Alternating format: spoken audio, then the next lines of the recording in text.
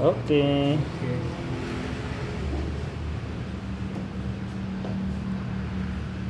Iya nanti.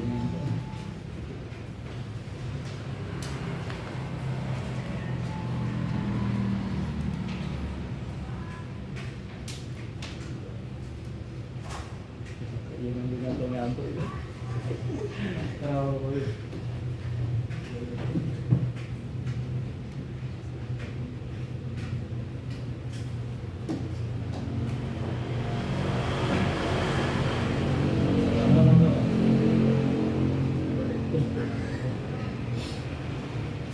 warahmatullahi wabarakatuh. Waalaikumsalam warahmatullahi wabarakatuh.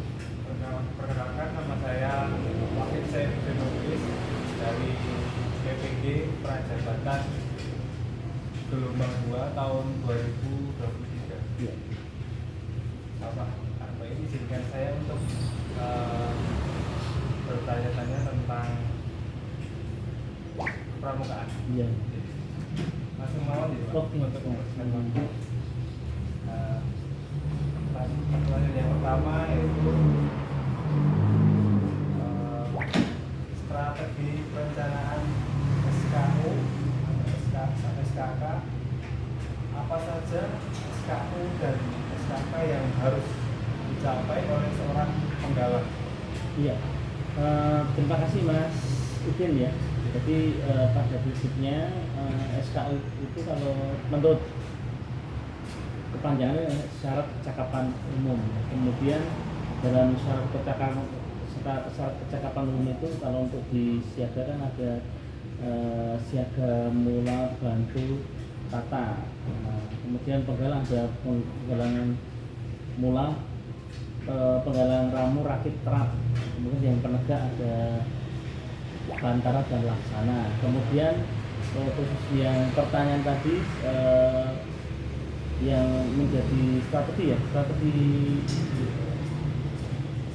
untuk SKU. Jadi kemudian SKU nanti dapatnya adalah TKU, tanda kecakapan umum. Nah, kemudian yang SKK syarat kecakapan khusus itu ketika sudah ditempuh akan mendapatkan namanya tanda kecakapan khusus juga. Kemudian perlu diketahui bahwasanya di golongan penggalang SKU dan SKK harus mencakup berbagai aspek, mulai dari pengetahuan umum, keterampilan praktis hingga nilai-nilai kepramukaan. Nah, khusus untuk yang umum, jadi ini meliputi tentang pengetahuan tentang Pancasila, Undang-Undang 1945 serta sejarah bangsa Indonesia. Kemudian keterampilan dasar kepramukaan, kemudian pengetahuan tentang alam dan lingkungan sekitar, keterampilan hidup sehari-hari. Kemudian untuk yang SKK ini lebih variatif, kemudian bisa dipilih sebagai sesuai dengan minat bakat masing-masing anggota.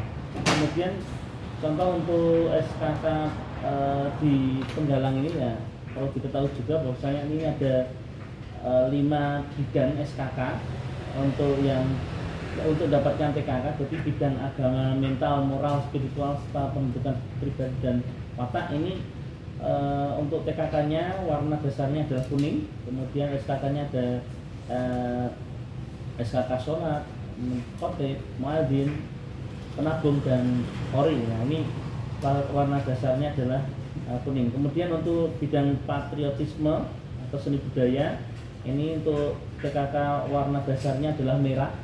Kemudian SKK-nya ada antara lain ada SKK mengatur rumah, mengatur meja makan, kemudian pemimpin penyanyi atau dirjen, kemudian pelukis, juru gambar dan lain sebagainya. Kemudian untuk yang ketiga adalah bidang kesehatan dan ketangkasan, ini SKK warna dasar putih, SKK gerak jalan, pengamatan, perenang, penyelidik, juru layar, juru selam, pendayung dan lain sebagainya. Kemudian yang keempat adalah di bidang keterampilan dan teknik pembangunan.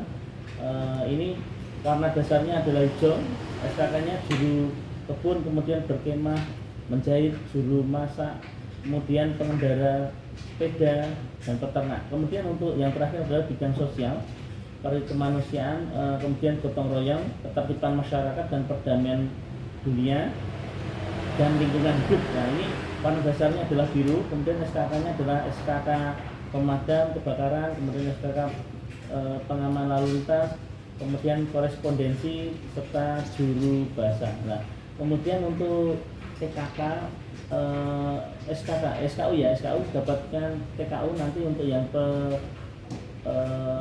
penggalan. Nah nanti di situ ada manggarnya, jadi berbentuk V itu nanti yang sebelah kiri.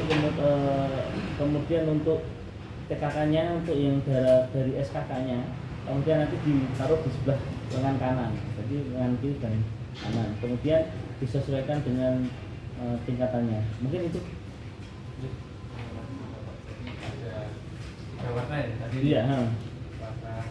Warna kuning, kemudian merah, kemudian putih, hijau dan biru. Ya.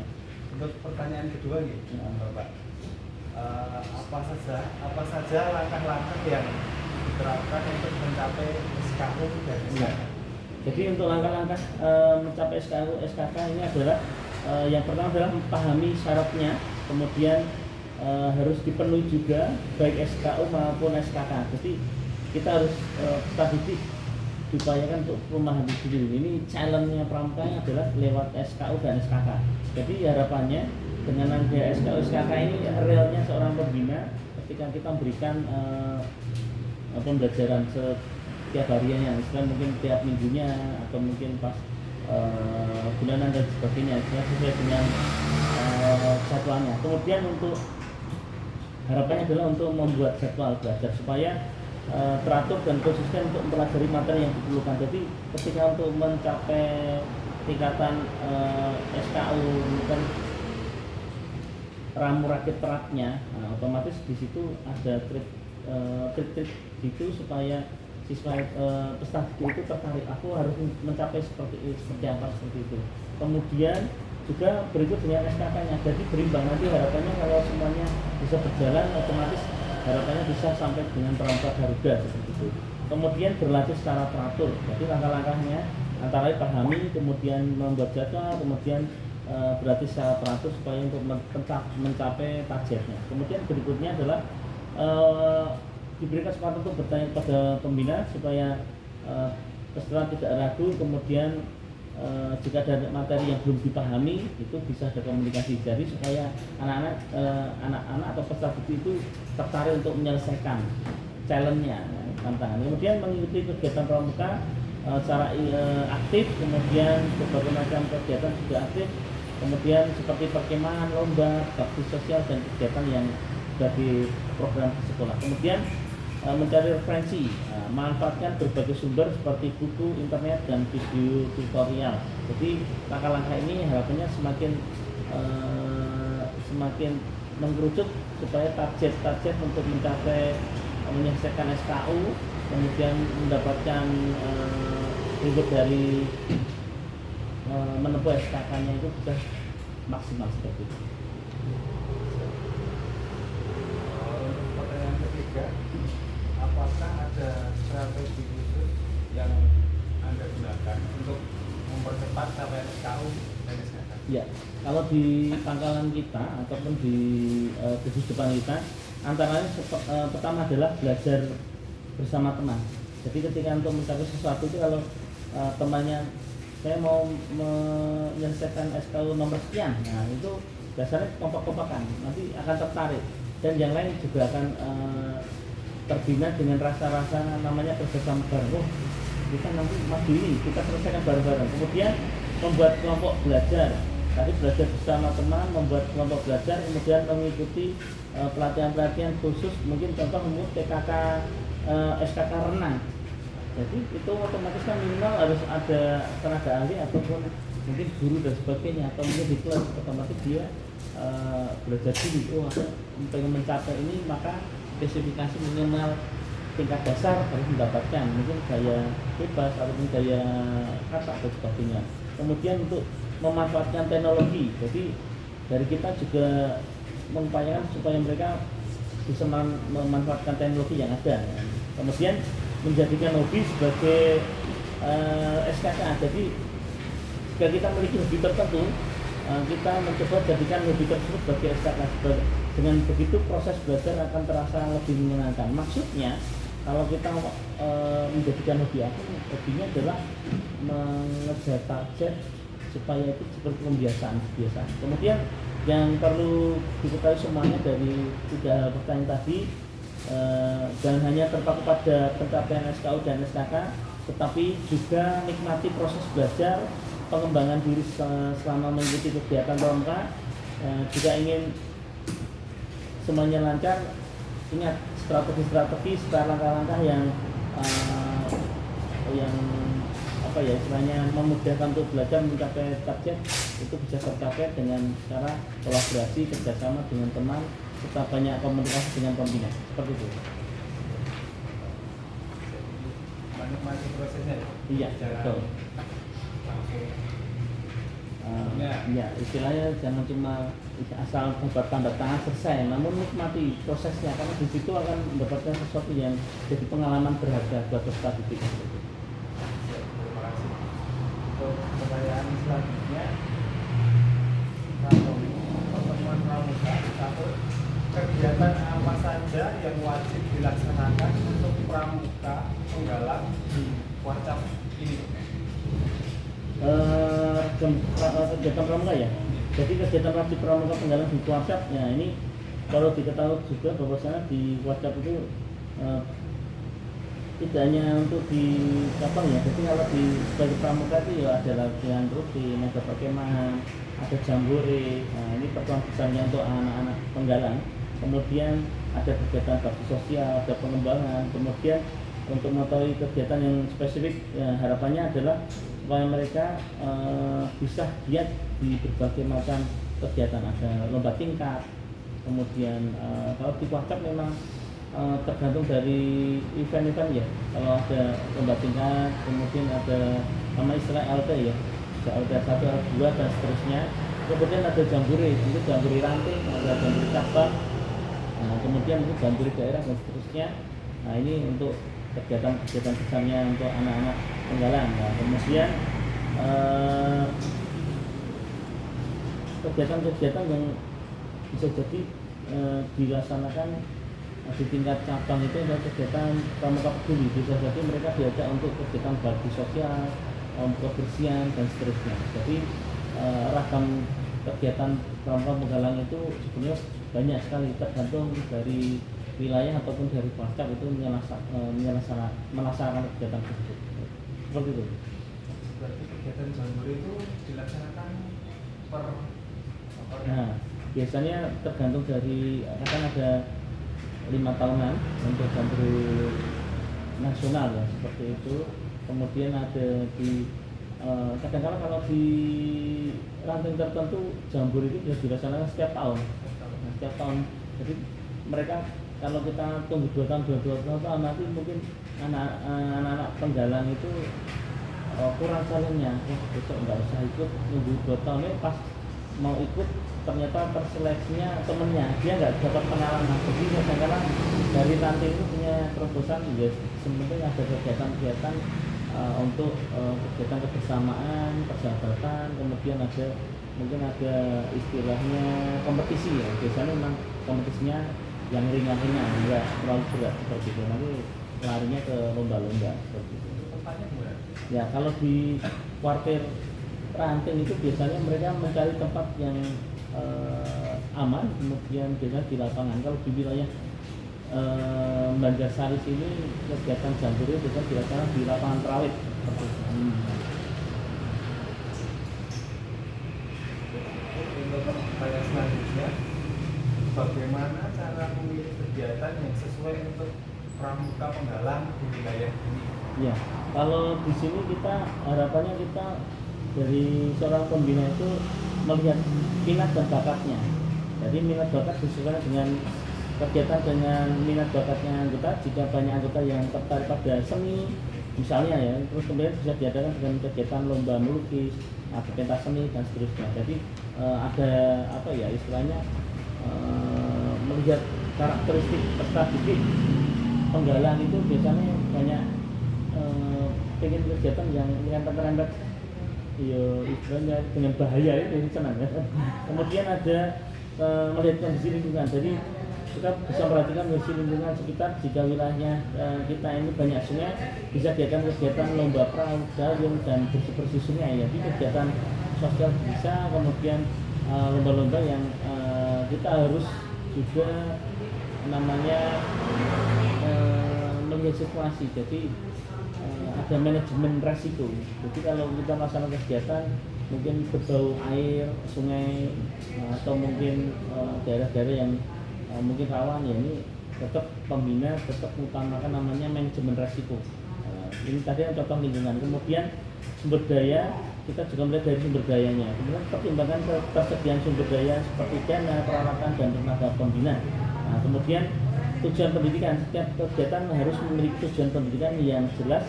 Misalnya meningkatkan keterampilan, menumbuhkan rasa tanggung jawab, atau melatih kerjasama. Nah, berikut ini jadi dengan memilih kegiatan sesuai dengan karakteristik pramuka penggalan, mulai dari minat bakat, kemudian dari kondisi lingkungan, sumber daya, dan tujuan.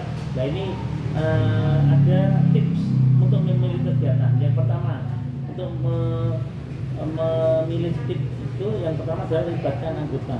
Jadi ajak anggota untuk memberikan masukan mengenai kegiatan yang diinginkan. Ini contoh mungkin kalau di tingkat depan, nah ini ajak ini kegiatan seperti apa contoh itu. Atau mungkin dari open forum dari masing-masing pembina ataupun dewan penggalannya diundang, itu bisa kita masalah kegiatan ini bagaimana cocok seperti. Jadi mereka terlibat secara langsung. Kemudian beragam kegiatan, jangan hanya terpaku pada satu jenis kegiatan, namun kita variasikan agar tidak membosankan. Kegiatan yang monoton seperti itu. Kemudian sesuaikan dengan tingkat usia, kegiatan harus sesuai dengan tingkat perkembangan fisik dan mental anggota. Kemudian terakhir, segala sesuatu itu perlu ada evaluasi, lakukan evaluasi untuk mengetahui kekurangan dan kelebihannya. Jadi ini tips-tips yang kami sampaikan supaya mungkin kakak sebagai calon pembina itu akan tahu banyak hal yang sebenarnya ini adalah ring supaya nanti kegiatan itu juga menarik, menantang, mengandung unsur pendidikan, pengalaman, belajar sambil melakukan seperti itu.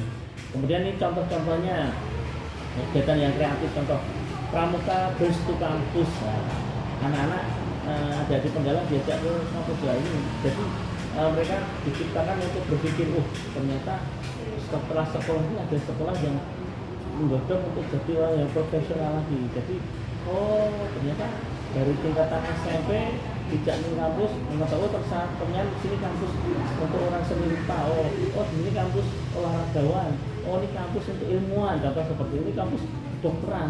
Jadi diajak ke mana supaya mereka tuh bisa menaruh cita-cita setinggi langit. Aku ikut pramuka, aku punya cita seperti ini, seperti itu. Kemudian pramuka peduli lingkungan. Nah ini kegiatan bersih-bersih di wilayah, kemudian bisa mengatur daur ulang sampah atau mungkin composting, kemudian kegiatan-kegiatan yang tentang kepedulian lingkungan. Nah ini juga match dengan kegiatan adiwiyata di setiap sekolah. Harapannya pramuka juga berperan di situ supaya kita bisa habitnya itu bagus, karena habitnya membiasakan perilaku hidup bersih dan sehat, kemudian bisa mengelola sampah, kemudian bisa memperkecil penghematan listrik, penggunaan sumber daya energi yang ada di sekitar sekolah atau di rumah seperti itu. Kemudian yang terakhir adalah pramuka kreatif, lomba membuat karya seni, kemudian dari bahan bekas, kemudian lomba memasak, lomba membuat video pendek, atau buat lomba vlog, karena sekarang sudah media semakin canggih. Setelah pasca COVID ini otomatis anak-anak ternyata sudah terbiasa dengan media sosial, TikTok, IG dan sebagainya, bisa dimaksimalkan. Mungkin itu. Sangat sekali kegiatannya, dari lingkungan, terus ke kampus sampai membuat vlog. Iya. Seperti itu. Jadi Bapak, untuk pertanyaan selanjutnya, pemahaman dunia penggalan. 1. Apa tujuan utama dari pendidikan pramuka penggalan? Iya. Jadi untuk tujuan utama pendidikan pramuka penggalan, yang pertama, pendidikan pramuka penggalan adalah untuk membentuk generasi muda yang pertama beriman dan bertakwa pada Tuhan Yang Maha Esa. Kemudian ini adalah menanamkan nilai-nilai keagamaan dan spiritualitas. Jadi kita kembali lagi bahwa saya pramuka ini takwa kepada Tuhan Yang Maha Esa, karena ada dasar dharma. Semuanya diarahkan segala sesuatu itu ada istilahnya ada sesuatu yang memperkuat itu loh. Aku punya iman, punya keyakinan. Jadi supaya tambah kokoh, tangguh seperti itu. Kemudian berakhlak mulia, membentuk karakter yang baik seperti jujur, disiplin, tanggung jawab dan peduli terhadap sesama. Kemudian sehat jasmani, rohani, kemudian cinta tanah air, menumbuhkan rasa cinta tanah air dan bangsa, kemudian peduli terhadap lingkungan, kemudian mandiri serta terampil membekali berbagai keterampilan yang berguna di kehidupan sehari-hari. Kemudian dapat hidup bermasyarakat, mengajarkan pentingnya hidup bermasyarakat dan bergotong royong. Nah, singkatnya, Pramuka Penggalan bertujuan untuk mencetak generasi muda yang berkualitas, mandiri, kemudian siap menghadapi tantangan masa depan. Karena pasukan Pramuka Penggalan ini kan senjatanya adalah tongkat dan tali ya. Tongkat ini sebagai penyangga supaya ada falsafahnya. Kalau pakai tongkat nggak sekedar untuk variasi ya, namun tongkat itu bisa untuk memperkokoh jalan, mengamankan, bisa untuk ketika mungkin naik untuk penyeimbang dan sebagainya. Mungkin itu. Selanjutnya, apa saja keterampilan yang harus dimiliki oleh seorang penggalang? Ya, ini berarti kan kita melihat dari porsinya Pusat Didik Penggalang ya. Jadi idealnya memiliki berbagai keterampilan, baik keterampilan dasar kepramukaan atau tekpram, kemudian keterampilan hidup ataupun life skillnya, kemudian seperti beberapa diantaranya seperti ini. Keterampilan dasar kepramukaan, membuat simpul, tali temali, membaca peta, kompas, mendirikan tenda, memasak, pertolongan pertama, kemudian ada di keterampilan hidup seperti komunikasi yang efektif, istilahnya public speaking, kemudian punya kerjasama dalam tim, kepemimpinan atau leadership, kemudian pengambilan keputusan kreatif dan beradaptasi dengan lingkungan baru. Kemudian keterampilan khususnya berdasarkan minat dan bakat seperti memiliki kemampuan seni, olahraga, sains atau teknologi. Nah, ini intinya adalah pentingnya keterampilan itu adalah untuk mempersiapkan penggalang yang menjadi individu yang tangguh, siap menghadapi berbagai situasi. Selain keterampilan di atas, pramuka penggalang juga diharapkan memiliki nilai-nilai kepramukaan seperti halnya di dalam Trisatya, janji seorang pramuka, kemudian dasar dharma dari dasar menjadi kegiatan kepramukaan, kemudian Satya Dharma kedudukan yang luhur, hakikat yang terkandung dalam Trisatya dan dasar dharma. Nah, dengan penguasaan keterampilan dan nilai-nilai kepramukaan, seorang penggalang akan menjadi pribadi yang lebih baik serta bermanfaat bagi masyarakat. Dan harapannya dengan keterampilan-keterampilan yang minimal yang didapatkan dari seorang penggalang ini, harapannya ya dia istilahnya kalau di kepramukaan penggalang itu paling banyak materinya yang bisa digali dari keterampilan teknik kepramukaan, aplikasi tali dalam membuat pioneering, kemudian tidak hanya sekedar bisa simpul ataupun ikatan, namun bisa mengaplikasikan di kehidupan sehari-hari. Jadi kalau punya skill ini bawa ke rumah, kalau aku pengen bikin gantungan baju, pakaian, dia bikin simpulnya. Kemudian mungkin disambung dengan tongkat dan sebagainya, ikatan seperti apa. Kemudian di situ akan mendapatkan sesuatu yang bermanfaat, nilai lebih dari kegiatan tersebut. Langsung saja untuk pertanyaan poin keempat, yaitu struktur organisasi dan administrasi Keuskupan. Pertanyaan pertama, terdiri dari apa saja struktur organisasi Keuskupan di sekolah ini? Ya, di sekolah saya ini antara lain kalau kita melihatnya, seandainya harapannya adalah setiap Keuskupan ini menggunakan rujukan menjadi Keuskupan mantap. Jadi kapan-kapan kita akan bahas tentang istilah kita berikan informasi tentang Keuskupan mantap. Jadi Keuskupan itu sejujurnya seperti ini. Jadi sudah ada mapping istilahnya untuk berpikir Gugus depan yang cocok seperti apa. Ini contohnya dari kami, dari SD kami itu juga ada namanya majelis pembimbing, MABI Gus, ya, MABI Gus, majelis pembimbing Gugus depan. Ini biasanya ada pemilihan, kemudian biasanya kepala sekolah jadi MABI Gusnya, MABI Gus, ya di situ nanti MABI Gus itu ada perangkatnya juga. Kemudian merupakan lembaga pembimbing tertinggi di gugus depan. Kemudian anggota majelis pembimbing biasanya terdiri dari kepala sekolah, guru, tokoh masyarakat yang berpengalaman di bidang kepramukaan juga. Kemudian atau istilahnya yang support terhadap kegiatan kepramukaan. Kemudian ada namanya kalau di sini ada pembina, jadi ada Kemabigus, ada pembina. Di mana pembina ini memberikan bimbingan dan pengarahan kepada anggota pramuka dalam kegiatan kepramukaan. Kemudian di situ ada ketua gugus depan, baik putra ataupun putri. Jadi ada Kamabigus, kemudian ada ketua gugus depan, gugus putra dan gugus putri. Kemudian ada wakil ketua, kemudian ada sekretaris, ada bendahara, kemudian di situ ada pembina satuan. Jadi ada Mabigus, ada ketua gudeg, putra gudeg putri, ada pembina satuan putra, satuan putri, ya seperti itu. Ada pembantu pembina juga seperti itu. Kemudian yang terakhir adalah anggota pramuka. Jadi anggotanya di masing-masing regu. Jadi regu ini yang bimbing dari pembina satuan putri, ini dari satuan putra. Kemudian di sini ada ya istilahnya kalau di kita itu ada, karena gudegnya ini di SD kami ada pembina satuan untuk golongan siaga dan penggalan.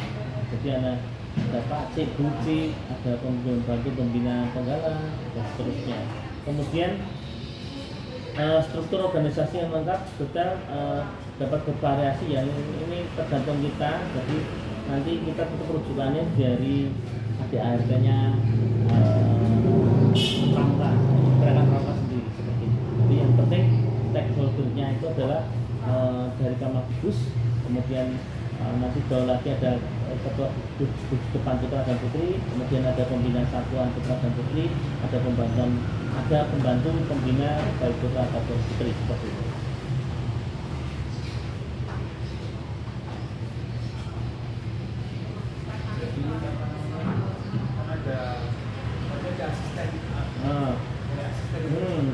Pembantu bina, jumlahnya ada berapa? Ya ini biasanya rata-rata nanti setiap itu ada satu. Jadi ada bantu satu dan dua, ada dua. Biasanya kalau kita pas upacara itu nanti kalau pembina satu nanti yang kanan dan kiri mendampingi. Jadi biasanya kita kan latihan itu juga dibayangkan sudah melaksanakan upacara pembukaan dan penutupan latihan secara terpisah baik putra ataupun putri. Juga siapa saja yang berperan aktif dalam struktur organisasi dan bagaimana peran beliau dalam organisasi? Ya, yang pertama Kamabigus atau MABI di kelompoknya MABI majelis pembimbingnya itu memberi arahan, dukungan, evaluasi terhadap program kerja gugus depan. Kemudian pembina memberikan bimbingan, pelatihan, contoh yang baik kepada anggota pramuka. Kemudian ketua gugus depan memimpin mengkoordinasikan seluruh kegiatan gugus depan. Kemudian wakil membantu ketua gugus depan dalam menjalankan tugasnya dan bertanggung jawab pada bidang tertentu. Kemudian sekretaris mengurus administrasi gugus depan seperti membuat laporan, kegiatan, surat menyurat, dan dokumentasi. Kemudian bendahara mengelola keuangan gugus depan, membuat laporan keuangan dan bertanggung jawab atas penggunaan dana. Kemudian pembantu pembina membimbing anggota pramuka pada tingkatan satuan dan membantu mereka dalam mencapai tujuan kepramukaan. Kemudian yang berikutnya adalah anggota pramuka aktif mengikuti kegiatan pramuka, mengembangkan diri dan menerapkan nilai-nilai kepramukaan dalam kehidupan sehari-hari. Nah, jadi peran setiap anggota saling melengkapi dan mendukung untuk mencapai tujuan bersama, yaitu membentuk generasi muda yang berkualitas. Seperti Untuk selanjutnya pertanyaan yang kelima atau pertanyaan poin yang terakhir dulu Pak. Fungsi dan tugas ini Pak. iya. Satu, apa fungsi utama seorang pembina dalam pramuka penggalang di sekolah? Iya. Jadi fungsi utama seorang pembina pramuka penggalang di sekolah yaitu memiliki peran yang sangat krusial ya, dalam membentuk karakter dan keterampilan anggota pramuka.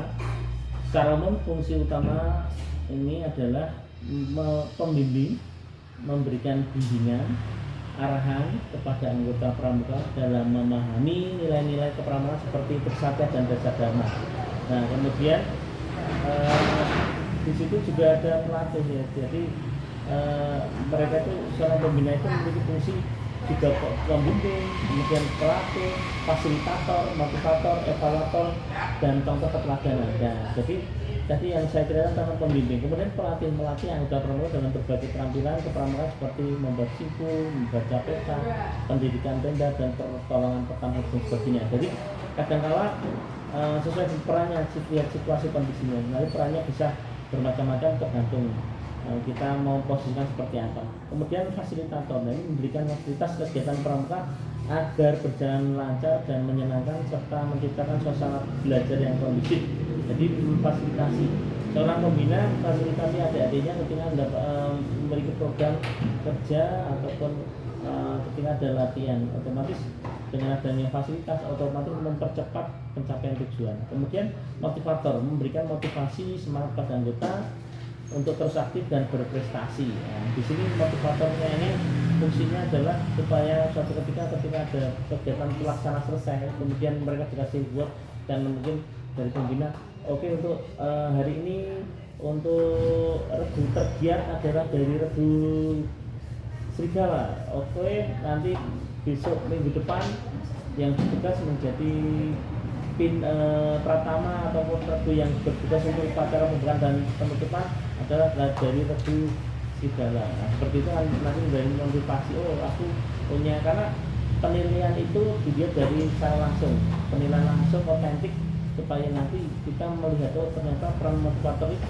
memberikan siapa nanti yang bisa menyelesaikan challenge ini, nanti besok akan kita berikan reward menjadi petugas ya, karena suatu kebanggaan.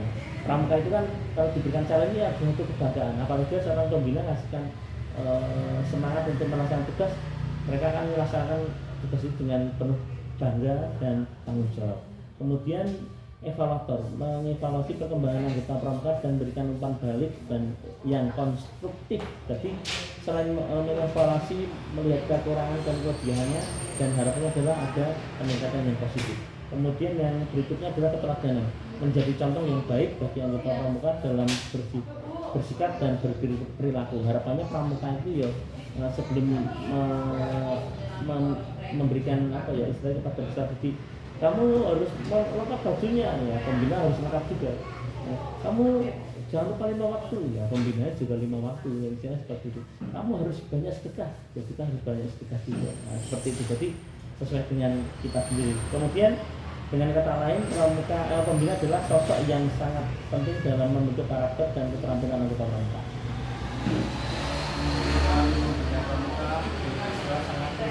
Iya, betul. Suri toladan. Iya, betul. Ya. Untuk pertanyaan selanjutnya, bagaimana peran dan tugas pembina pramuka penggalang dalam masyarakat? Iya.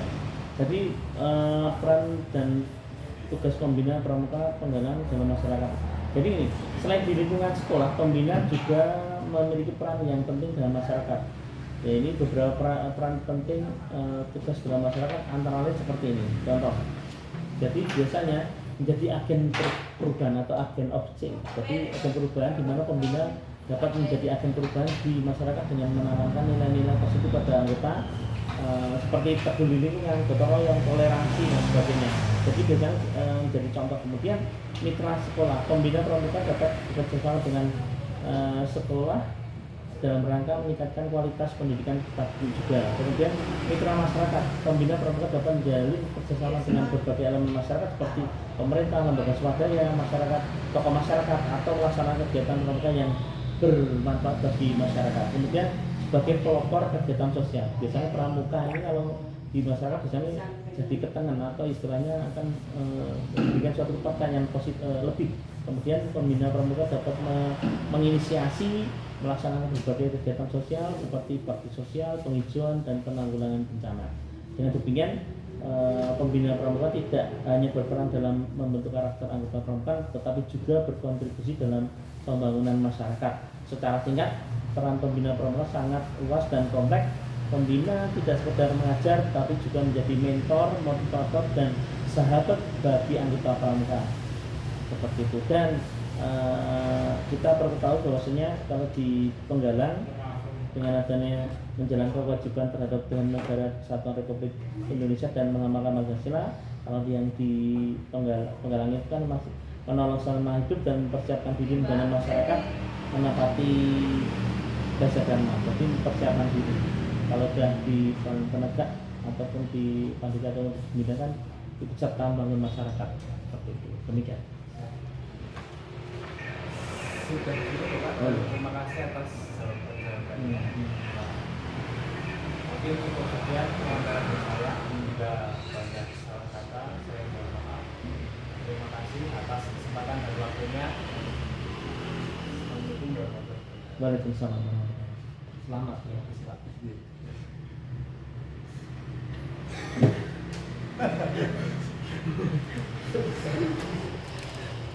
Urip pun aku kayak gini urip. Sambung.